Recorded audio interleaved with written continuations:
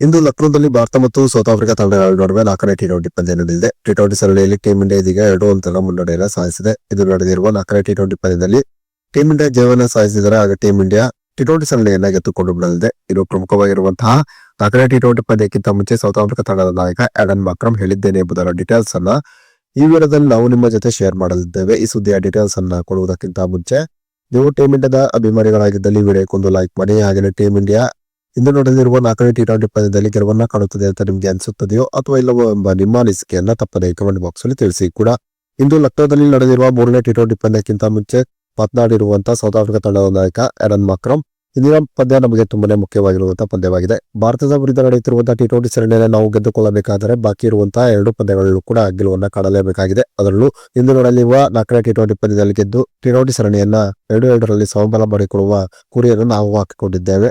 ಇಂದಿನ ಮ್ಯಾಚ್ನಲ್ಲಿ ನಾವು ಗೆಲುವನ್ನ ಕಾಣಬೇಕಾದರೆ ಎಲ್ಲಾ ವಿಭಾಗದಲ್ಲೂ ಒಂದು ಭರ್ಜರಿಯಾದಂತಹ ಪ್ರದರ್ಶನ ತೋರಲೇಬೇಕಾಗಿದೆ. ಇನ್ನು ಇಂದು ನಡೆದಿರುವ 4ನೇ ಟಿ20 ಪಂದ್ಯದಲ್ಲಿ ಟೀಂ ಇಂಡಿಯಾದ ಆಟಗಾರರೊಬ್ಬನನ್ನ ನಾವು ಇಂದು ತಡೆಯಲೇಬೇಕಾಗಿದೆ.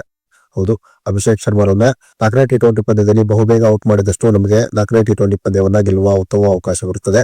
3ನೇ ಟಿ20 ಪಂದ್ಯದಲ್ಲಿ ಬ್ಯಾಟಿಂಗ್ಗೆ ಕಷ್ಟಕರವಾಗಿದ್ದಂತಹ ಪಿಚ್ ನಲ್ಲಿ ಅಭಿಷೇಕ್ ಶರ್ಮಾ ಟೀಂ ಇಂಡಿಯಾಕ್ಕೆ ಒಂದು ಸ್ಫೋಟಕವಾದಂತಹ ಬ್ಯಾಟಿಂಗ್ ಪ್ರದರ್ಶನವನ್ನು ತೋರುವುದರ ಮೂಲಕ ತಂಡದ ಗೆಲುವನ್ನ ಸುಲಭ ಮಾಡಿಕೊಟ್ಟರು. ಒಂದು ವೇಳೆ ಅಭಿಷೇಕ್ ಶರ್ಮಾರನ್ನು ನಾವು ಬಹುಬೇಗನೆ ಔಟ್ ಮಾಡಿದರೆ 3ನೇ ಟಿ20 ಪಂದ್ಯದಲ್ಲಿ ನಮಗೆ ಕಂಬ್ಯಾಕ್ ಮಾಡುವುದಕ್ಕೆ ಅವಕಾಶವಿತ್ತು ಅಂತ ನಾನು ಭಾವಿಸುತ್ತಿದ್ದೆ. ಹೀಗಾಗಿ 4ನೇ ಟಿ20 ಪಂದ್ಯದಲ್ಲಿ ಬಹುಬೇಗನೆ ಅಭಿಷೇಕ್ ಶರ್ಮಾರನ್ನ ಔಟ್ ಮಾಡುವಂತ ನಾವು ಗಮನವನ್ನ ಹರಿಸಬೇಕಾಗಿದೆ. ಅಭಿಷೇಕ್ ಶರ್ಮಾ ಬ್ಯಾಟಿಂಗ್ಗೆ ಬಂದ 10 ನಿಮಿಷದೊಳಗನೆ ಅಭಿಷೇಕ್ ಶರ್ಮಾರನ್ನ ಔಟ್ ಮಾಡಿದರೆ ಮಾತ್ರ ನಾವು ಭಾರತದ ರನ್ ಗತಿಯ ವೇಗಕ್ಕೆ ಕಡಿವಾಣವನ್ನು ಹಾಕಬಹುದು. ಅಭಿಷೇಕ್ ಶರ್ಮಾ ತಾವು ಎದುರಿಸುವಂತಹ ಮೊದಲ ಎಸೆತದಿಂದಲೇ ಒಂದು ಅದ್ಭುತವಾದಂತಹ ಬ್ಯಾಟಿಂಗ್ ಪ್ರದರ್ಶನವನ್ನು ತೋರುತ್ತಾರೆ.